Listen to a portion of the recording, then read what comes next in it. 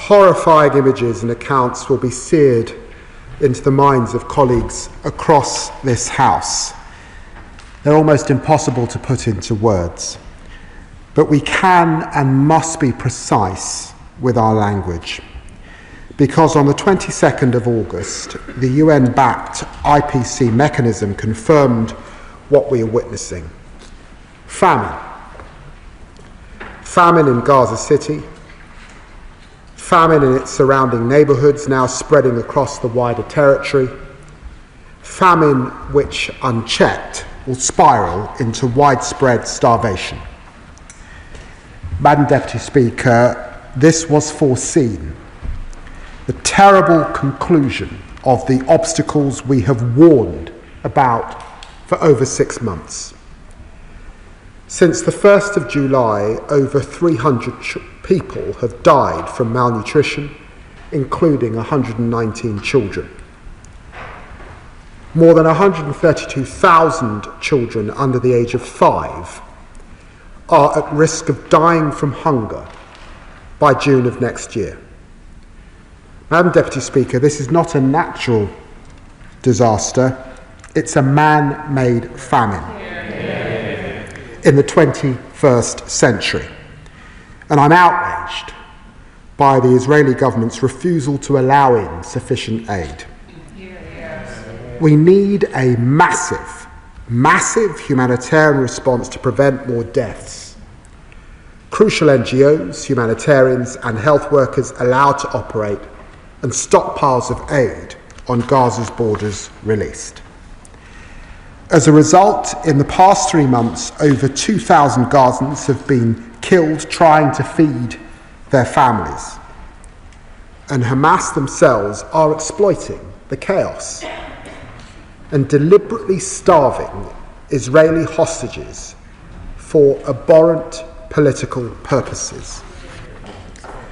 Madam Deputy Speaker, I know that these words of condemnation echoed across legislatures all over the world are not enough. But be in no doubt, we have acted as a country where we can. We restored funding to UNRWA. We suspended arms exports that could be used in Gaza. We signed a landmark agreement with the Palestinian Authority. We stood up for the independence of international courts. We've delivered 3 sanctions packages, 3, on violent settlers and far-right Israeli ministers for incitement. We've suspended trade negotiations with the Israeli government, and we are at the forefront of the international community's work to plan for a stable, post-conflict peace. And we've now provided over £250 million in development assistance over the past 2 years. Madam Deputy Speaker, today we're going further. I can announce an additional £15 million worth of aid and medical care for Gaza and the region. We continue to work alongside regional partners, including Egypt and Jordan, of course, to enable the UN and NGOs to ensure aid reaches those most in need. Brave medics in Gaza tell us that essential medicines are running out and they cannot operate safely. And that's why we're funding UK Med, whose field hospitals have treated over 600,000 Gazans. And that's why we're also funding the WHO Egypt to treat thousands of evacuated Gazan people. Meanwhile, Madam Deputy Speaker, as my right honourable friend, the Home Secretary, said earlier, we are working with the World Health Organization to get critically ill and injured children into the UK, where they'll receive specialist NHS treatment. The first patients are expected to arrive in the UK in the coming weeks. And we're extracting people from a war zone, of course, that is complex and dangerous. It relies entirely on Israeli permissions, and I'm pressing the Israeli government for this to happen as quickly as possible. We're also supporting brilliant students granted FCDO Achieving Scholarships and other scholarships to escape Gaza so that they can take up their places for the coming academic year. Madam Deputy Speaker, I recognise that this only touches the edges of this catastrophe. We all know that there is only one way out: an immediate ceasefire. An immediate ceasefire that would see the unconditional release by Hamas of all hostages. An immediate ceasefire that would see a transformation in the delivery of aid. We know this. Our US and European allies know it. Our Gulf partners know it too. And I'm working night and day with them to deliver a ceasefire and a wider political process to deliver long-term peace. To make a ceasefire last, we need a monitoring mechanism, we need the disarmament of Hamas, we need a new governance framework for Gaza. This is the focus of our intense diplomacy in the region. In contrast, further military operations in Gaza City will only prolong and deepen this crisis. So together with our partners, we demand an immediate halt to this operation. Each week brings new horrors. Last week's double strike on Nasser Hospital, one of Gaza's last remaining major health facilities, killed 20 people, including 5 journalists. I remind Israel once again that international law requires the protection of healthcare workers, journalists and civilians. These actions will not end the war. They will not bring the hostages home, let alone make them safer, as hostage families have recognised. They will sow despair and anger across the region for generations. And Madam Deputy Speaker, in the West Bank, the Israeli government is tightening its stranglehold on the Palestinian economy and continues to approve illegal settlement construction, just recently in the E1 area east of Jerusalem. This would erect a physical barrier to the contiguous Palestinian state, and it must not happen. Madam Deputy Speaker, in July, I described before the UN General Assembly our intention to recognise the state of Palestine later this month. Unless the Israeli government takes substantive steps to end the appalling situation in Gaza and commits to a long-term sustainable peace. Madam Deputy Speaker, this commitment responds to the current crisis, but stems from our historic responsibility to the region's security, reaching back over a century to the Balfour Declaration. As I said last month in New York, I am deeply proud that it was a British Foreign Secretary who helped establish a homeland for the Jewish people.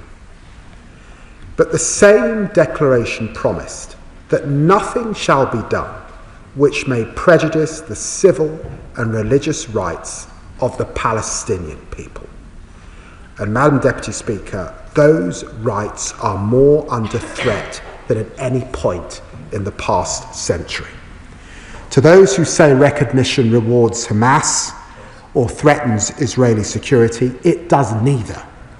Recognition is rooted in the principle of a two-state solution which Hamas rejects. We have been clear that any Palestinian state should be demilitarized. Indeed, President Abbas has confirmed this in writing. We see no contradiction between the two-state solution and our deep commitment to Israeli security, because security comes from stable borders, not indefinite occupation. Madam Deputy Speaker, before I finish, I would also like to update the House on Iran.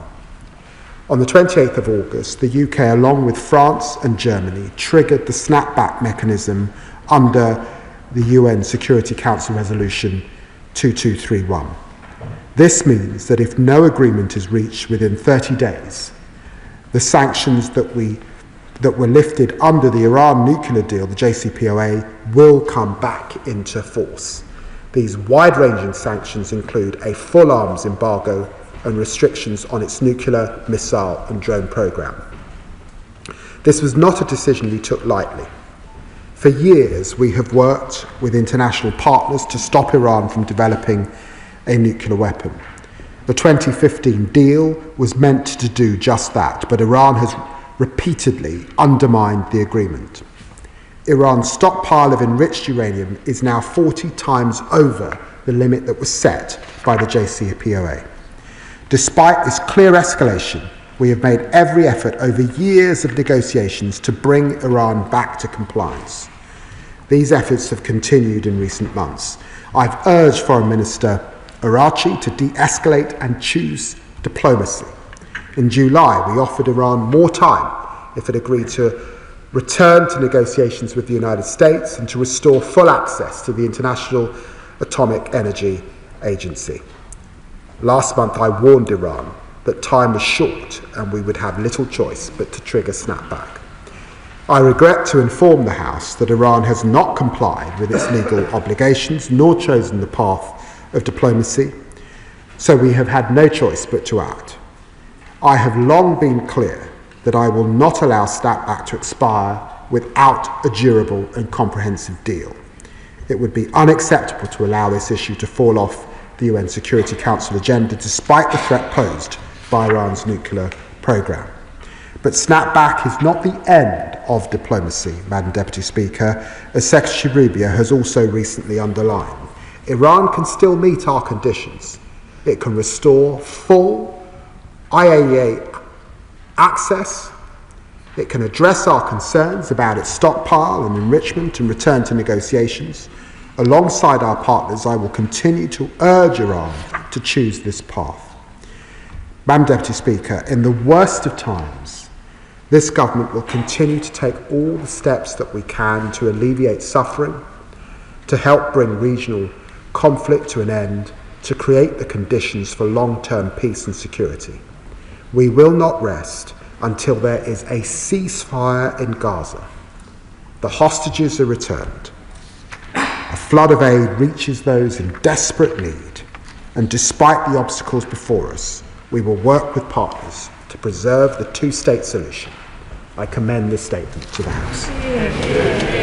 I call the Shadow Foreign Secretary, who will have up to 6.5 minutes for her contribution. Chief Speaker, I thank the Foreign Secretary for advance sight of his statement today, and I also express my sympathy for the people of Afghanistan who are suffering from last night's major earthquake. On the situation Madam Deputy Speaker, when it comes to the Middle East, since this House last met, this awful conflict continues to see lives lost with such intolerable suffering. Hamas continues to refuse the release of all remaining hostages, despite the best efforts of those trying to broker peace. The hostages are now approaching 700 days in captivity, and the whole House will have been sickened by the harrowing clip of emaciated hostage FBR David released by Hamas over the summer. The humanitarian situation in Gaza is dire, and we are all familiar with the reports that we have seen on a daily basis on our news channels. The inhumane suffering, the recent airstrikes, and the inability to provide food for civilians simply cannot go on. We all want an urgent and sustainable end to this conflict, the release of the hostages from terrorist captivity, and to see aid for the people of Gaza. There are key questions for the British government to answer. The British government is in a position to help influence these outcomes, but is it actually leveraging its ability to fully do so? The government's frequent statements have so far not moved the dial closer to a sustainable end to this conflict. And as the Foreign Secretary himself has said, we are not in any position whatsoever to see any alleviation of this horrendous situation. Diplomacy is about putting in the hard yards to find solutions and not just giving statements. So I do want to ask the government on 3 specific points today. Is the government taking any new specific action to tighten the screws on Hamas, to pile more pressure on them to release the hostages? Should we expect more measures to further degrade Hamas's ability to finance their campaign of terror? And why is the government not leading on international efforts to produce a credible plan to exactly do this? with an agreement from all the key regional partners and players with an interest in peace to see Hamas leave Gaza? Secondly, can the Foreign Secretary update the House on precisely where we stand, what Britain is contributing to the efforts by the UN and to our regional allies to broker the release of hostages and to an end of the conflict? Are we intimately involved, and are we sending in the UK expertise to help? Because we do have great expertise when it comes to brokering these types of negotiations. Third, while we note his announcement on the support for women and girls yesterday, the government has yet to make essential breakthroughs on aid. Ministers obviously need to work around the clock with everyone, all our partners, including with the Israelis and multinational institutions, to unblock the situation by coming up with practical solutions, even new solutions that all sides can focus on when it comes to getting medical and food aid into Gaza. That does have to provide a significant increase in food and medical supplies to reach civilians, while addressing Israeli concerns about aid diversions, because those concerns are constant. Is the UK working with the multilateral bodies to try and mediate the divisions and the breakdowns of trust that have emerged with the government of Israel? Is the Foreign Secretary considering schemes similar to those that we implemented previously by the Conservative government, such as floating piers, and working with the US and Cyprus to put in place off the coast of Gaza to get aid in? We need practical and pragmatic solutions when it comes to getting food and medical supplies into innocent civilians in Gaza. On Labour's decision to recognise a Palestinian state, the government announced this huge shift in British policy just days after the House went into recess. We all support a two-state solution that guarantees security for both Israelis and Palestinians. But the Foreign Secretary must also know that recognising a Palestinian state in September will not secure the lasting peace we all want to see. Recognition is only meaningful. So recognition is only meaningful if it's part of a formal peace process, and it should not happen while the hostages are still being held in terrorist captivity and while Hamas's reign of terror continues. So can the Foreign Secretary explain, with his plan to go ahead with recognition while hostages are still being held and while Hamas, who have predictably welcomed and been emboldened by this move, while they continue to hold on to power in Gaza, how and what practical measures are we proposing to remove Hamas from Gaza? The Foreign Secretary must realise that recognition will not secure the release of the hostages, and nor will it get aid into Gaza immediately. And with that, we have to always consider what tools of leverage we have when it comes to future peace processes and negotiations that could actually help a two-state solution to be established for a peaceful situation in the Middle East. How will this unilateral action help to advance the best shot that we have of achieving a two-state solution, which is also the expansion of the Abraham Accords and Saudi normalisation, through which we could also calibrate our actions? Madam Deputy Speaker, on the Middle East more broadly, the appalling behaviour of the Iranian regime has gone on for too long, and they have brought the anticipation, the initiation of the snapback process upon themselves. The Iranian people deserve much better. Tehran must never obtain a nuclear weapon, and Conservatives remain clear that the recent US strikes were necessary. So can the Foreign Secretary confirm whether he believes Iran has the capability and the intention of recommending or recommencing its nuclear programme, and whether his assumption is that snapback, the process will be seen through to completion? And finally, can the Foreign Secretary confirm whether or not he welcomes Israel's actions regarding the Houthi leadership in Yemen, and update the House on how the UK will now use this moment to further degrade the Houthis' ability to carry out the recent attacks and strikes that we have seen? Well, I'm grateful to the Shadow Foreign Secretary for the tone of her remarks, and I'm pleased that she agrees with me, and I suppose the sentiment of the entire House, on the dire, as she describes it, humanitarian situation in Gaza, on the inhumanity that she also described. And she will recognise that even before we came to power, the last government was calling for a ceasefire that we all want to see. She asks what the government is doing in relation to Hamas. And can I just say to her that in New York, with our Arab partners, with the French and others, we were doing just that, supporting the Prime Minister's framework for peace, working with colleagues to establish the circumstances of the day after. We've been crystal clear there can be no role for Hamas. We need the demilitarization of Gaza, and we are working with partners to try and set about the trusteeship, the new governance arrangement with Gaza. And of course, no government is doing more than we are. We signed an MOU with the Palestinian Authority. We're working with them on reform in a deliberate day-to-day action, because there must be a role subsequently for the Palestinian Authority. And she asks what new solutions might be found on aid, and that's where I depart with the sentiment of what she's saying, because I'm not sure we